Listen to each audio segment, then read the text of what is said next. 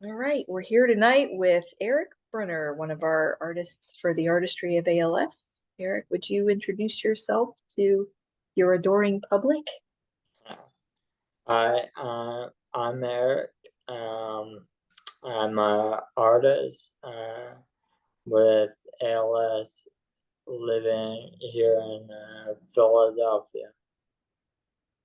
If I remember correctly, you were an artist before you were diagnosed with ALS. Is that correct?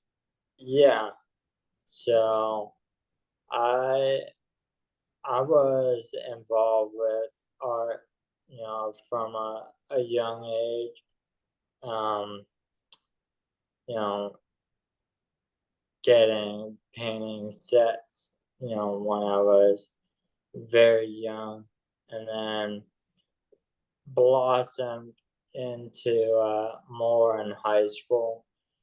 Uh, I was taking college courses in high school, and then I majored in graphic design in college. Um, but my passion was always drawing and painting and traditional art, and leaning more toward portraiture. But uh, I found out after um, going into the graphic field that it wasn't for me. Was it the timelines that killed you? That and creating things that weren't mine, it made art very structured, and that wasn't, what I had my mind set on ever since. I, wanted to, spend my life in the arts. So I'm assuming you made a transition out of graphic arts into the fine arts. Tell me a little bit about what that looked like. Um, so I left my graphic design jobs, and I was always mechanically inclined, so I went into that line. um I did CNC machining and things like that, and so that kind of kept my mechanical curiosity at bay. And then I would draw and paint uh, in my spare time and create other things. So it kind of put it back into almost a hobbyist setting for me. And then I spent, my career in more mechanical endeavors, CNC machining, a lot like that. This explains to me where you got the idea for a project that you're working on. We're not actually going to be looking at that project today, but Mm, anybody who follows you on social media knows about the Lightbox project that you're putting together. Tell us a yeah. little bit, just a little bit about what it's taking to assemble that project. Um, Time, a lot of time. Um, it it's been a, a really fun experience so far, from the idea and the concept to getting everyone involved. With that, I'm creating uh, 3D renderings of 2D images, and printing them so they can be backlit for the overall larger piece. So, that CNC experience definitely lends itself to that project a lot, because the a lot of editing, G code, and uh, telling the 3D printers what to do. So it's been fun so far, but there's quite a bit left to do. That plus all of the math involved in figuring out the dimensions of this thing. Oh yeah, we're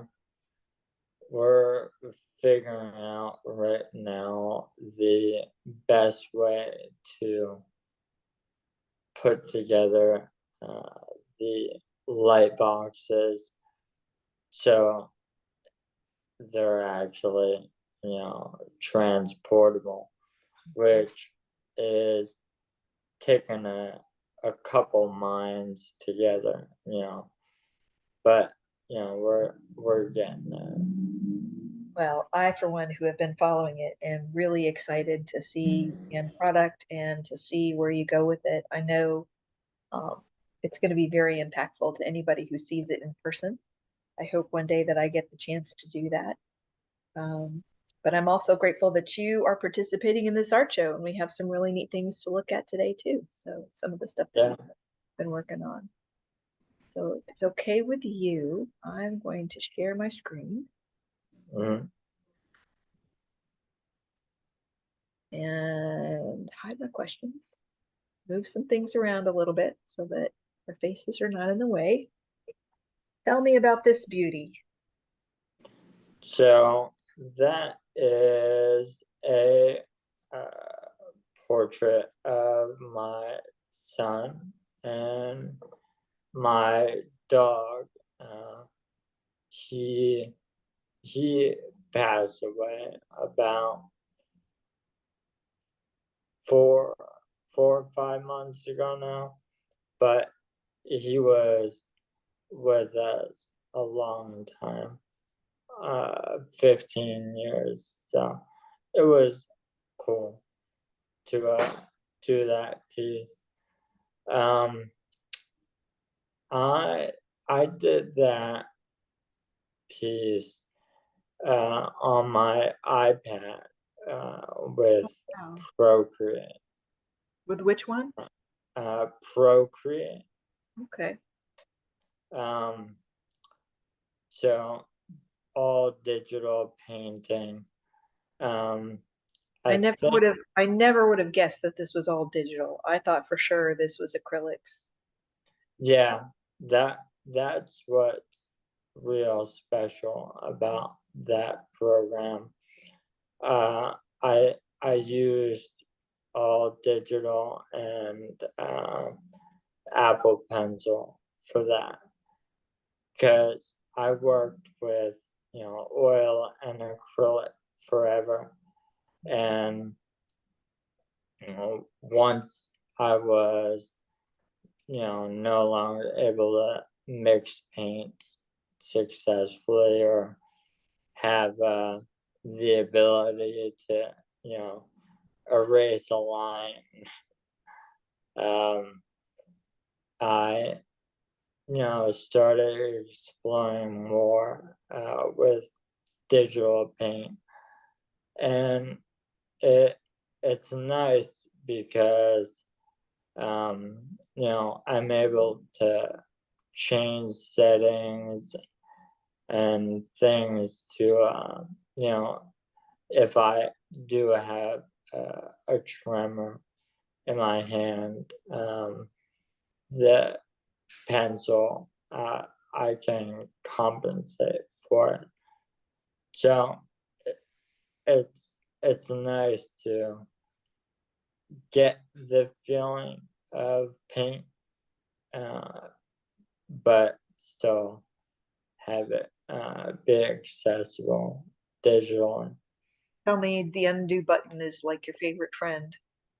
Oh yeah, I mean, there's definitely times, especially eyes, uh, where you know my hand will just go off the screen, and it's a lot easier to fix that with a tap on the screen than it is to go with traditional paint and try and fix that. So I'm not very technical when it comes to art, but I know what I can see in this particular image. Do you start with a white canvas before you start to paint something like this? Yeah, so I'll start with a blank canvas, and with um, with digital, I'll take a photograph and just uh, pin it to the corner of the digital canvas, and that'll just be my reference for the painting. Um, and then I I've always done a background painting first. So, I pick, that bold teal color and try to do sort of a gradient and some splash elements to kind of secure that really painted look at the end, where that background kind of comes to the foreground in the hair and stuff like that. That makes perfect sense. And I'm not a painter, but I can see how you assembled it. So that's great. Thanks for that explanation. And I'm sure it'll help other artists who are just getting into whether it be Apple or a Windows program or whatever. I think that will help a lot of people who are just getting into this as a hobby. Yeah, it's a great tool. So talk to me about this piece. What's the title of this piece? So that I don't really have a title for that one, but it was more. Um, so it's a bust of myself when I had a bigger beard, or an actual beard, not a mustache. Um, I 3D modeled that and on my iPad as well. Um, and the way I was able to do that was to start with a rough scan of my face. So iPhones and a lot of newer smartphones, they have LiDAR sensors. The same thing that helps you Face ID to open your phone. Uh, they'll project a dot matrix on your face, so you can get a rough, um, basically a rough 3D image of yourself. And then in the sculpting programs that I use my Apple Pencil to manipulate, and it's really like manipulating a block of clay at that point. Push, pull, pinching, just like you would with your hands. but you're able to do everything with a stylus, That's really, which is really nice. Yeah. and then I think we have a video. I'll go back to the video where you show how you kind of pieced all of this together. Mm.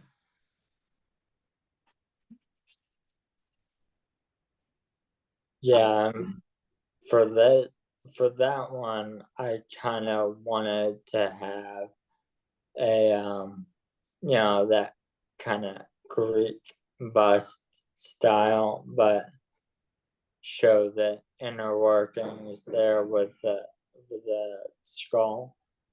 So I 3D modeled a skull and sliced the model up into 3 intersecting pieces, and I was able to print that.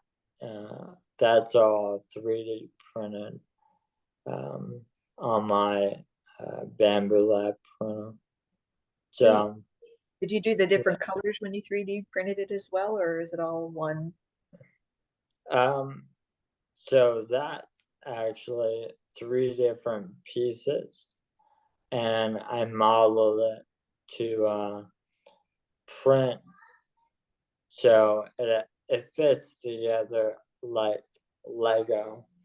There's a recess and a stem basically on each piece, and they just snap together. So it is uh, 2 different color. So the charcoal dark gray of the skull is printed separately from the other 2 pieces. So looking at this piece of artwork, you mentioned that it's 3 separate pieces and 3 separate colors. Is it intended to be taken apart, or is that just for function? That's just how you put it together, and you never think it's going to be taken apart again. Yeah, that is just for functionality and the best way that I thought of assembling the piece, because a lot of 3D printing, it's done layer by layer, and if it were to be printed in multi color, it just becomes super time consuming, and really it was more of a convenience to be split up and put back together. A lot of 3D printers can't do multicolor, so that was the other thing. I have the files for this, so if I wanted to print larger, smaller on a different printer, it's able to be done. Have your own personal little fidget item for your desk that Yeah, part put back together again if they chose. right. Really neat. My younger sister was an artist, and my parents were horrified to find that she had painted on the back of her door a picture of herself without skin, and this is what this reminds me of. Yeah, I have definitely done similar things. I don't know the rite of passage with artists where they imagine themselves without skin, but it just reminded me of that. So yeah, I think anything provocative or something that makes you stop and either think or any reaction, I think that is very it's very artistically vain, I would say. As an artist, I grew up wanting attention, middle child syndrome, and art, if you do something odd, people pay attention or they make a fuss about it. You get that attention, that you're looking for, maybe. that makes sense. All right, tell me about this one. So that is a coyote skull that I again 3D model and fitted with a LED lamp. So there's just a LED light in the base of that. Kind of inspired by my wife when we were dating. She was in art school as well, neighboring art schools in the city, and she's always had a fascination with bones anatomy and that kind of thing. So I had gotten her a coyote skull one year for her birthday, a real one, and I had mounted it myself, and she still has that. But I was trying to challenge myself and seeing what I could do 3D modeling, and I decided to model this, and with the way I had that LED, made for a really cool lamp, for just a desk lamp, decorative. But it was more uh, of I would say exercise, a test of scale, stretching my 3D modeling, seeing what I could do, and then also referencing that gift I had given Ali years and years ago. Um, but it came out really great, and um, when it's lit, it's cool to see kind of the lattice structure on the inside. So it shows that it's 3D printed in that lower jaw. That what I'm And looking at right there? yeah, so you Okay. kind of see those crisscross lattice structure in Ooh, there because yeah. it's semi-translucent. Mhm. Is it a single piece, or well, I'm going to say, is it a single piece? Is the skull a single piece, and then you also printed the base and then fitted it together in the same way you fitted the other piece together? So with this one, it's all one piece. Okay. I used my multicolor printer, Okay. the same one I'm using for the larger project right now. So it has the ability to do multiple colors. So I modeled the base, and then I modeled the skull and married them in software, and then printed all of that out. Then here we Uh, are. We've got a video again of the 3D model. How you did mm, that. Really neat. yeah, so in that model there, the base, that's everything all married together as one piece.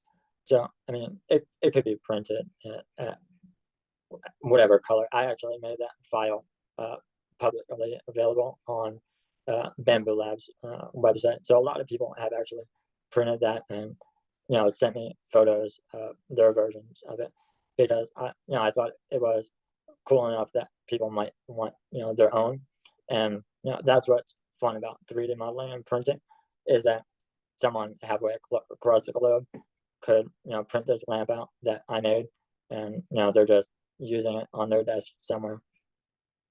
I'm fascinated by that ridge on the back of the skull, that occipital ridge back there, because it looks like it's much more pronounced here in the 3D model than it is on the other piece. I was just going back and looking at that. Hmm.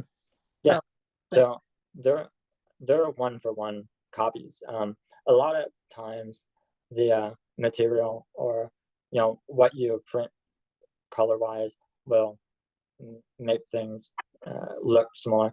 That material I used there was like a marble, so it's like a white with black specks in there, and that ridge is still there. It just I think the material hides it more than the flat gray material on the rendering. I gotcha. Well, this was fascinating. Thank you for taking us through those, Yeah. explaining what we were looking at. Of all of these pieces that you submitted, which one is your favorite? I think the digital painting, I love it. my son and my dog, I did that probably about a year ago now, maybe a year and a half.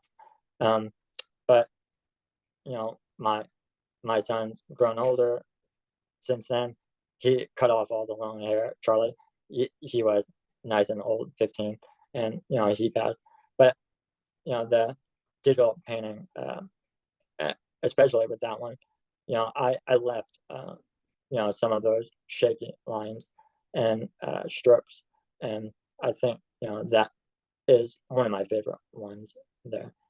It shows what you're still capable of and technology that you're manipulate it to whatever you need. Absolutely. And had you not told me, I never would have known it was completely digitally created. Yeah, Pretty great. yeah. I had some prints made of it on canvas. So with that added layer, it does, More texture, and then yeah, it does take on that painterly quality. I like it. So thinking back, you've been an artist a long time. What's your favorite memory around creating art, whether it was by yourself or with others? I've had a lot of memories creating art. Whether it was with friends or deadlines, high school stuff. But I think one of my favorite memories was I painted a self portrait about, I want to say, 3 or 4 months. I started it after I was diagnosed, and my son Logan was little then, and I let him paint the background of it, and then I started my self portrait over that, and it's still not fully done, but that's a lot of my work and portraiture style. I always incorporated intentional unfinished feelings on there. So That's the fun of art. I can say it's done. Are you looking up at it right now? Is that what you're looking Yeah, at? Oh, wow. yeah, it's up there. I could probably have Alec grab it, but uh, she's in the other room right now. But Good. I would like to see it at some point, but maybe you could just snap a picture of it and then send it to me later. You don't have to yeah, go yeah, out of the way to get it to me now. And just I saw you looking up, and I was just thinking it must be up there, and you must be looking at it. yeah. Me and Alec share a desk, a workspace.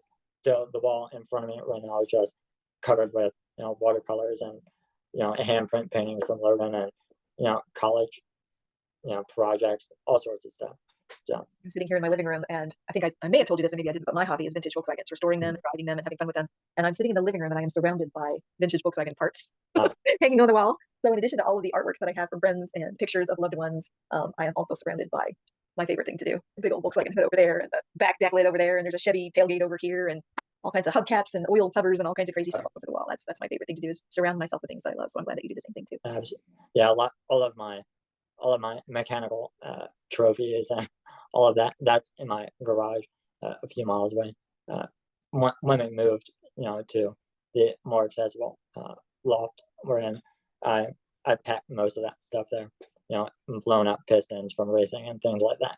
But I have a shop out in the back where I save all of those old things and turn them into a special trophy for the year. There's a friend who does a car show every year in October, September, October, and I always do a one trophy or one piece of artwork to auction off. And it's something that's been welded together or glued together. yeah, oh yeah, Little lamps and things like that out of carburetors, and sometimes I do the little people with the springs and the valves and all that other stuff. But yeah, I haven't done my project this year. I still need to figure out what I'm going to do because that's coming yeah. up.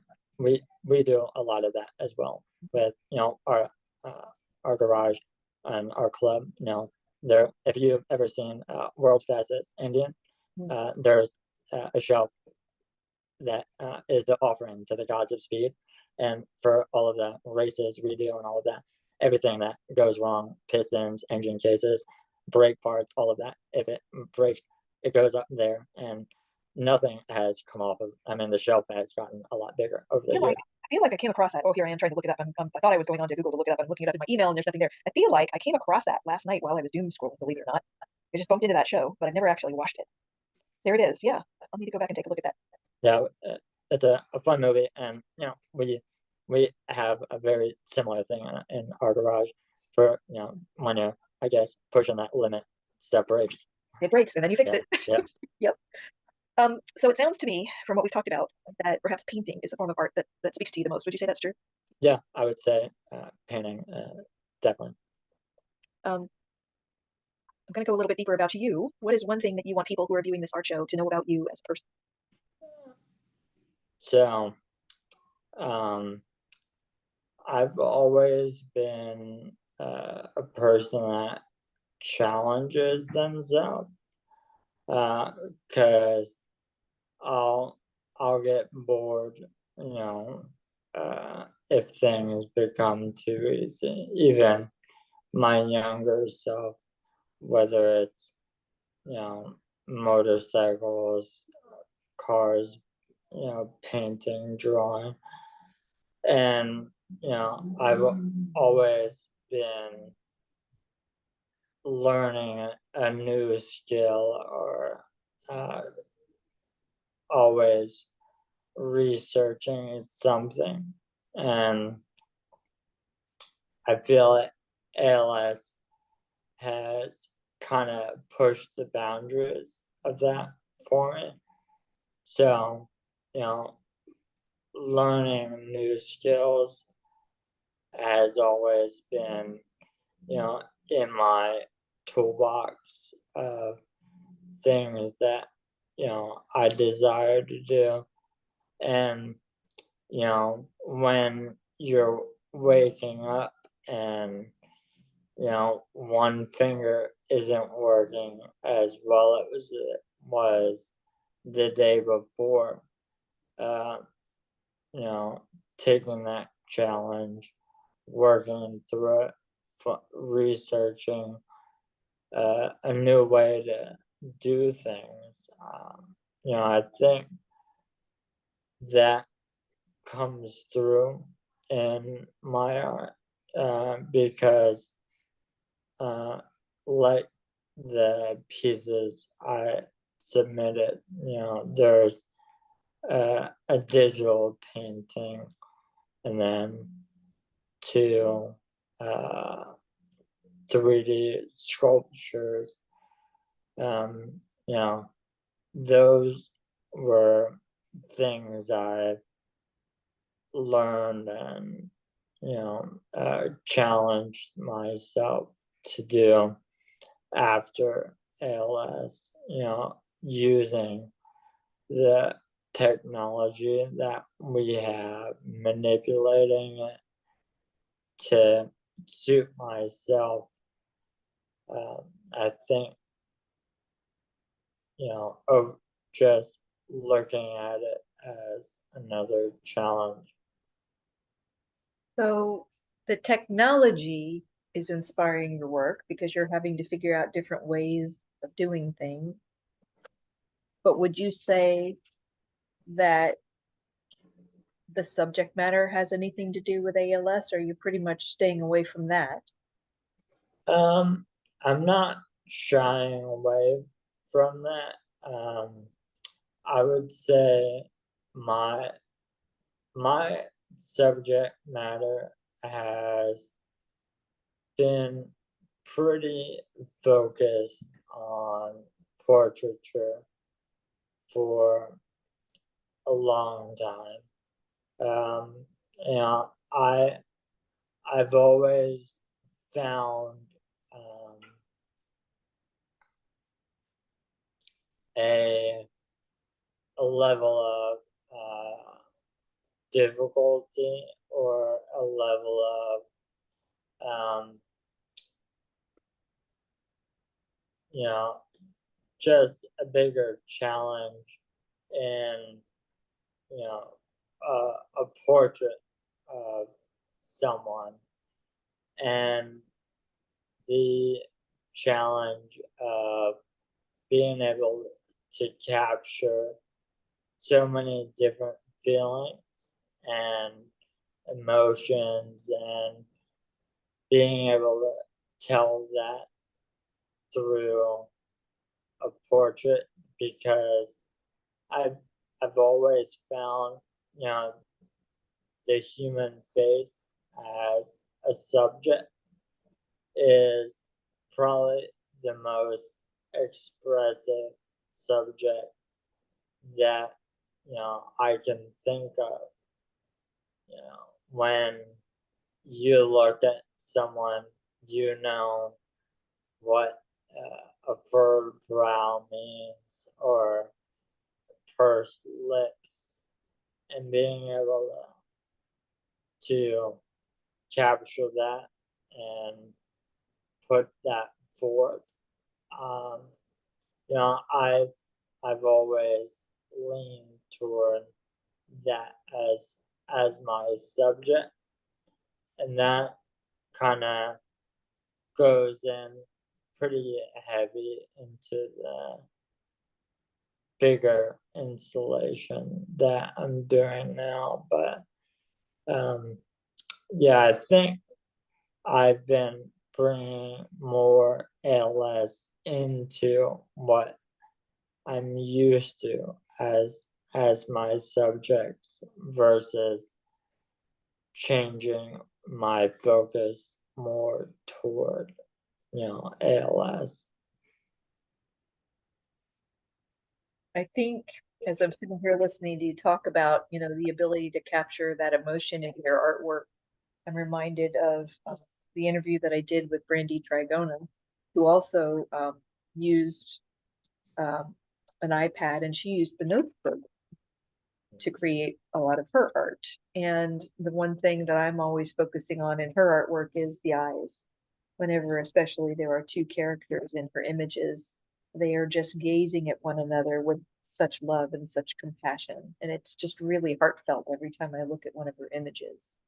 Um, and that's something that she tries to project through her artwork is love and compassion and care for the people that are on this journey.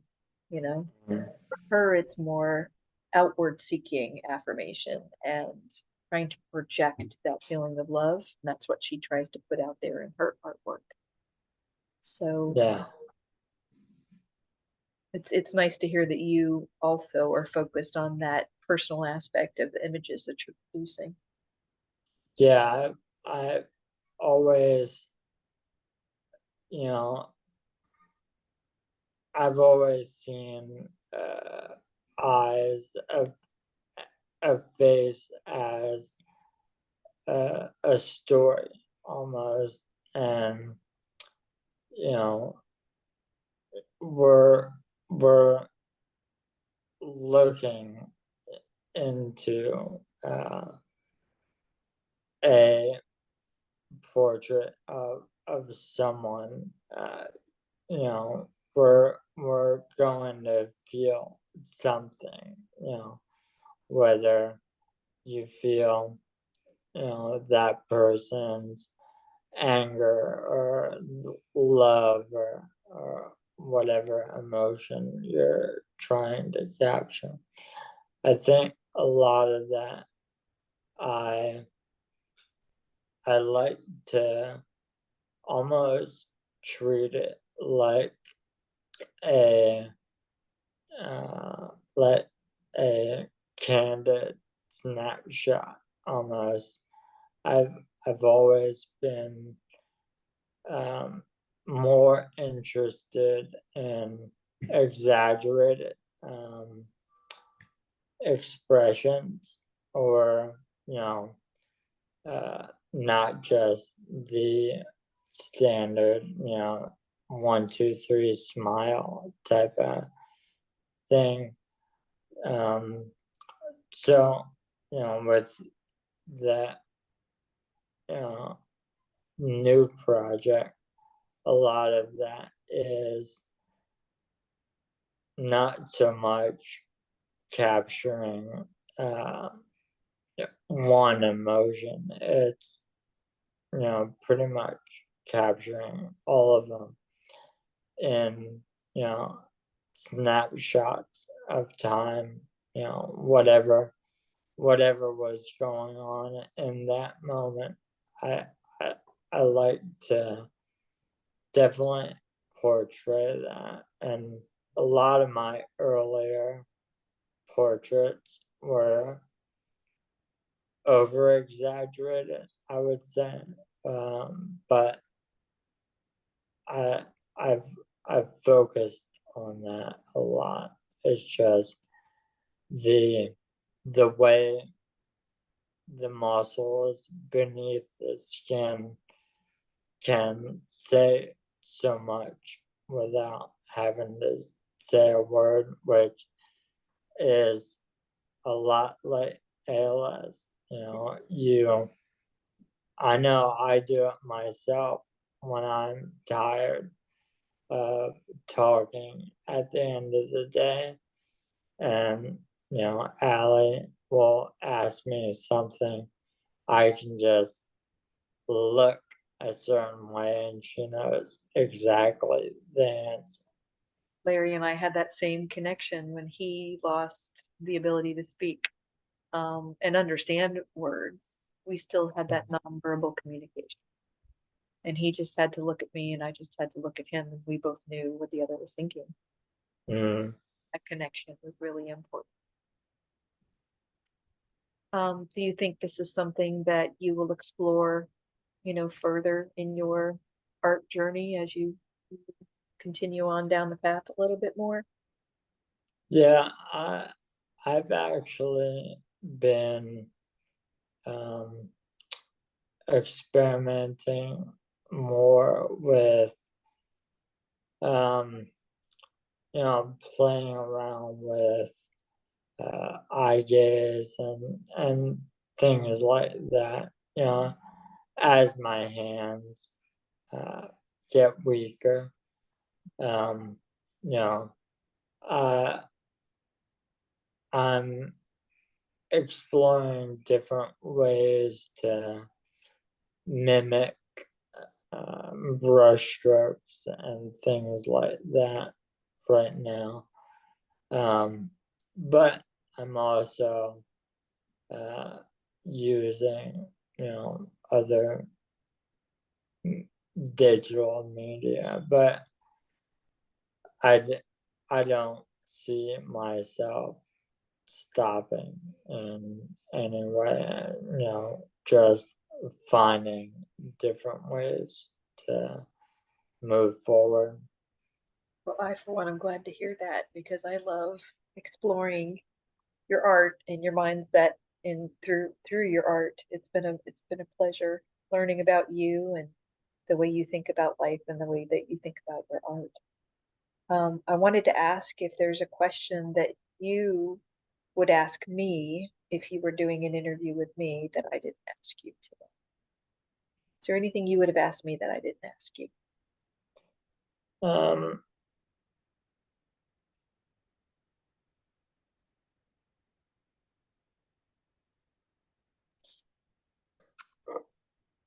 it's hard to say if the roles were reversed. Yeah, The trick is when you ask me the question, I'm going to ask you to answer the question. yeah, yeah. I mean, it's a tough one. I mean, we've gone through a lot of scenarios, and I I guess you know obviously we all know the trajectory. You We don't know the timeline per do. Never se, know what the expiration date is. It's not on our forehead. right? But um, as things become more difficult, if you know drawing, painting, all of that becomes uh, obviously it will become more difficult down the line. I ask how to effectively uh, get get your creative outlet uh, being so limited. That's a really deep question. It's a really, really deep question. Mm, I think, and for me, I'll answer it for me, and then you tell me what you think. I think for me, as we went along our journey and we had our losses, um, we had to just let them go. And we just had to focus on today. I was listening to an interview with Dan Raver and Robert Plant the other night, middle of the night. Came across it while I was doom scrolling. And Dan Rather asked him, as you think across your life, what was the best time of your life? And Robert Plant didn't answer this, but the thought that came into my head, if somebody had asked me that question, would have been right now. Right now is the best time of my life. And that's the way we spent our entire journey. Maybe we couldn't go anywhere. Maybe he couldn't talk to me. Maybe, we were stuck in the house for weeks. But that day, that moment was always the best moment that we had. And I try to live my life that way moving forward too. mm. You tell me what you think. Uh, it's honestly um, something I don't put a lot of energy or effort into thinking too much about the future because you know I see it in friends I've made, things like that. Um, you know, I know the path, but when I wake up and you know I'm sure there's days you feel great and there's days that you just want to lay in bed all day. So I was actually having one of those lay in bed all day um, feelings, a couple of weeks ago, and fairly deep into this project, and I had piles of these tiles set up, and I just happened to glance over at my you know art table, and just one of them was looking back at me, and it kind of set me in a trajectory that day, where I wanted to write, I wanted to paint, I wanted to make the most of that day. Um, and, my wife kind of echoed that. And I feel like that is something that I want to keep doing moving forward, is just taking every day for what it is. Making even little things where uh, picking, my son up for school, and riding home on my chair, or, you know, have, writing in my blog or journal. I think keeping that going, and just having a way creatively to, whether it's, drawing, painting, 3D design, whatever thing I think of next, or even just writing down thoughts, um, a way to keep the creative juices flowing, and just to, maintain uh, just relationships, and keep going day by day. I'm reminded of an interview we did with Minka Kaling last year where he talked about art being relationship. It's not just a painting, it's a relationship. I've put myself or my thoughts or my emotions or this concept on this canvas, and you taking it in and looking at it and experiencing it is like a relationship with me. Yeah, definitely. I mean, you're creating something to provoke an emotion or a thought, and that's a piece of you